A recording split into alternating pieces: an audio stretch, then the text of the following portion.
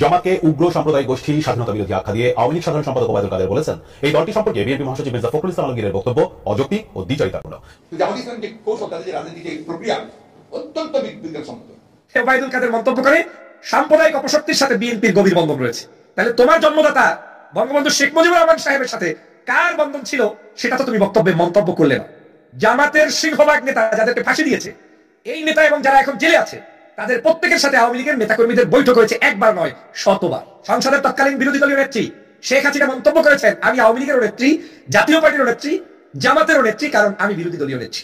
তাহলে ওবায়দুল কাদের অপশক্তি আপনি জামাতের সাথে সাম্প্রদায়িক অপশক্তি বিএনপির খুঁজে যে পান, আপনি কোন ভাষায়, কোন মুখে, কোন চেহারায় এই মন্তব্য করেন যখন এই জামাতের সাথে আপনি সকাল সন্ধ্যা বসেছেন, বৈঠক করেছেন, পায়ের ধুলা নিয়েছেন? জামাত শিবিরকে আপনারা হারিয়ে দিতে পারেন নাই, জামাত শিবিরকে বাংলাদেশ থেকে তাড়িয়ে দিতে পারেন নাই। এখনো আপনি 17 বছর জামাত শিবিরকে জুলুম করার পরে, ফাঁসি দেওয়ার পরে, অত্যাচার করার পরেও বাংলাদেশের দুটি সর্ববৃহৎ দল বিএনপি এবং আওয়ামী লীগের মহাসচিবদের টেবিল টকের ইস্যু যখন জামাত শিবিরকে বানিয়ে দিয়েছেন, তখনই প্রমাণ করে জামাত শিবির কতটা বাংলাদেশের মানুষের কাছে শিকরে শিকরে তারা গজিয়ে রয়েছে এবং তাদের শক্তি কতটা গভীরে তা প্রমাণ করে ওবায়দুল কাদের এই রিয়্যাক্ট দেখে। আসসালামু আলাইকুম ওয়া রাহমাতুল্লাহ। দর্শক, বিএনপির মহাসচিব মির্জা ফখরুল ইসলাম আলমগীর একটি বক্তব্য দিয়েছিলেন, আমি জামাতের রাজনীতিকে সমর্থন করি না, কিন্তু জামাত শিবিরের যে রাজনীতি, যে থিওরি সম্পূর্ণ বিজ্ঞানসম্মত।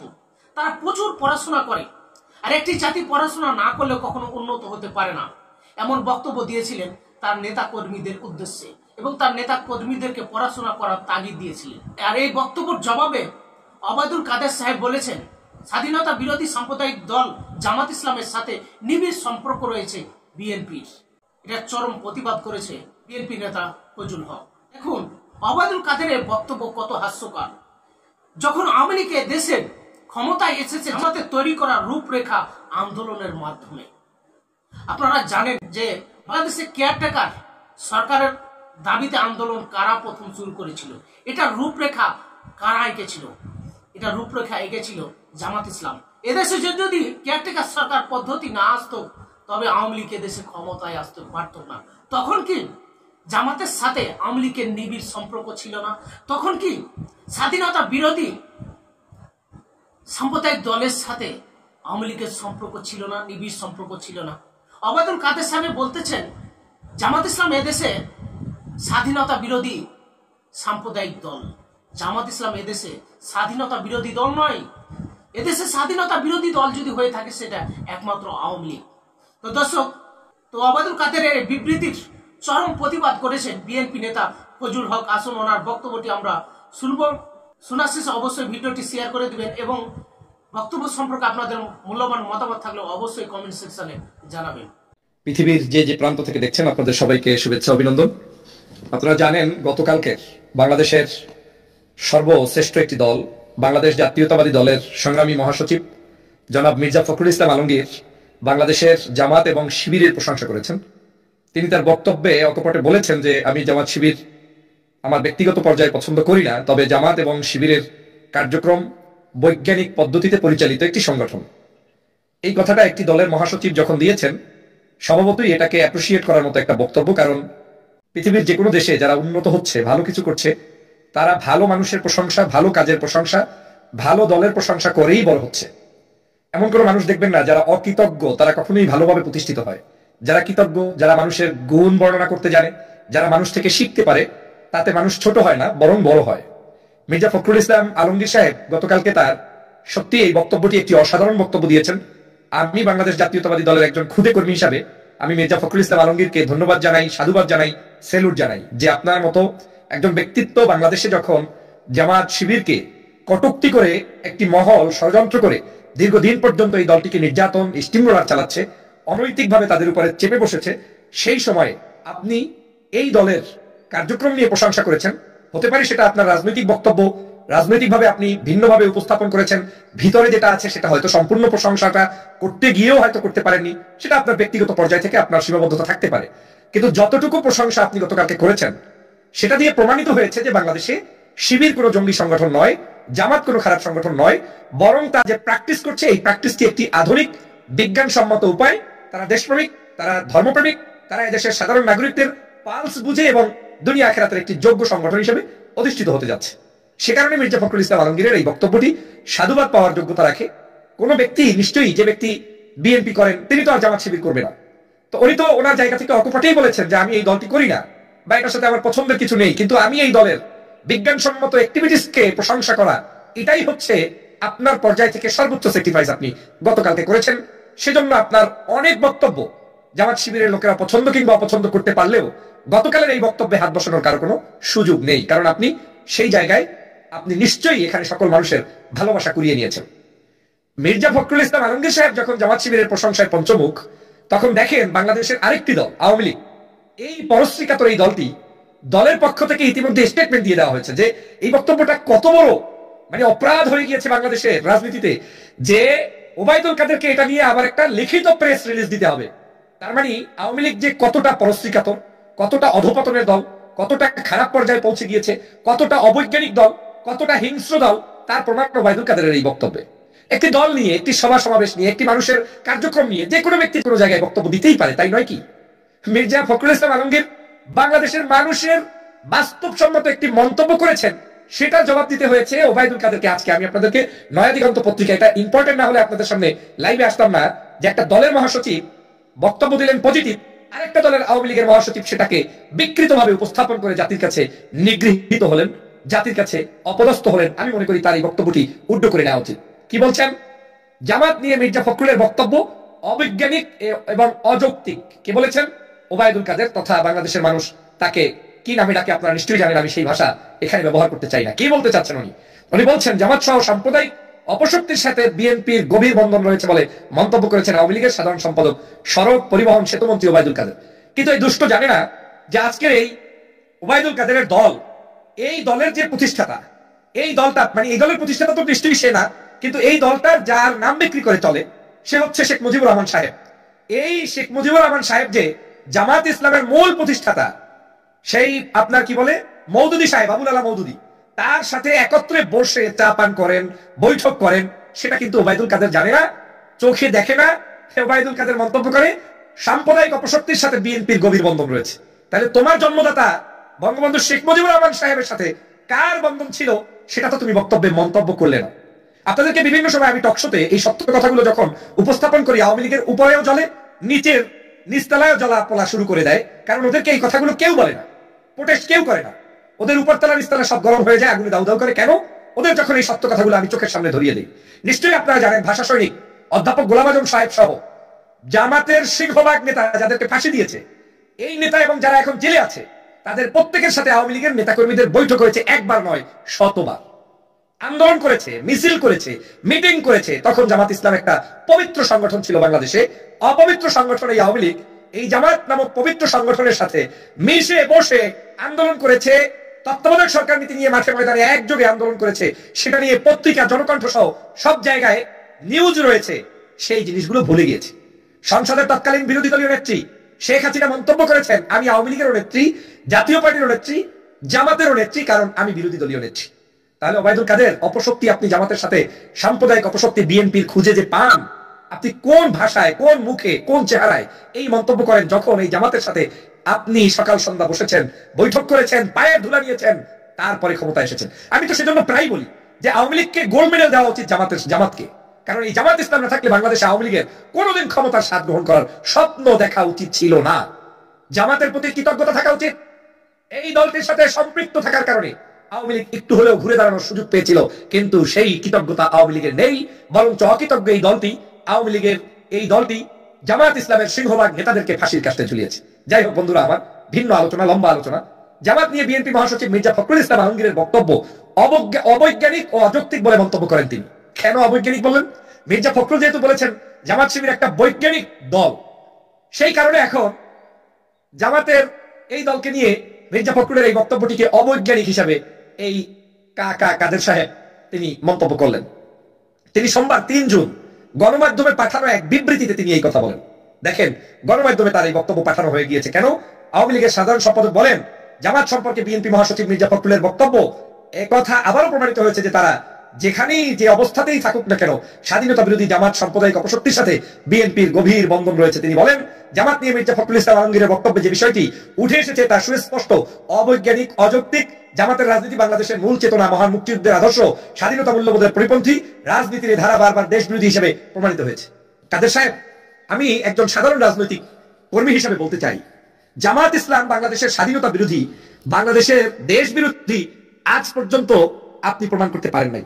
বরং এদেশে প্রমাণিত হয়েছে যে বাংলাদেশের সবচেয়ে যদি ক্ষতিগ্রস্ত দল থাকে, যারা এই দেশের স্বাধীনতা বিশ্বাস করে না, মানুষের অধিকারে বিশ্বাস করে না, ভোটাধিকারে বিশ্বাস করে না, তার নাম আওয়ামী লীগ। লজ্জা হওয়া উচিত আপনারা যেই জামাতের নেতাকর্মীদেরকে ফাঁসির কাস্টে ঝুলিয়েছেন, সেই জামাতের নেতাকর্মীদেরকে যে অভিযোগে আপনি ফাঁসির কাস্টে ঝুলিয়েছেন, সেই একই অভিযোগে এখন আপনারা বানানো অভিযোগ দিয়েও আপনাদের নিজেদের তালিকাটা প্রস্তুত করতে পারেন না। কারণ যুদ্ধাপরাধের তালিকা করতে গেলেই আওয়ামী লীগের নেতাকর্মীর নাম চলে আসে। অথচ আপনি যাদেরকে ফাঁসি দিয়েছেন, একজনও আওয়ামী লীগের এই ফাঁসি দেওয়া ব্যক্তিরা যুদ্ধাপরাধের সাথে সম্পৃক্ত ছিল না। এর জবাব দিতে হবে। এজন্য আপনাদেরকে লানতের শিকার হতে হবে, আপনাদেরকে অপদস্থ হতে হবে। মানুষের দরবারে, আল্লাহর দরবারে সব জায়গায় কিন্তু আপনাদের এই কঠিন বিচারের সম্মুখীন হবে। কারণ নিষ্পাপ, নির্ভেজাল, সাধারণ, একেবারেই জনগণের জনপ্রিয় ব্যক্তিদেরকে আপনারা মিথ্যা অজুহাত দিয়ে ফাঁসি দিয়েছেন। তারা হয়তো কেউ স্বাভাবিক মৃত্যুতেও এতদিন মৃত্যুবরণ করতেন, অর্থাৎ এই মৃত্যু নিয়ে জামাত ইসলাম হয়তো বিচলিত নয়। কিন্তু আপনি যে অন্যায়ভাবে ফাঁসি দিলেন, এর জবাব তো আপনাকে দিতে হবে।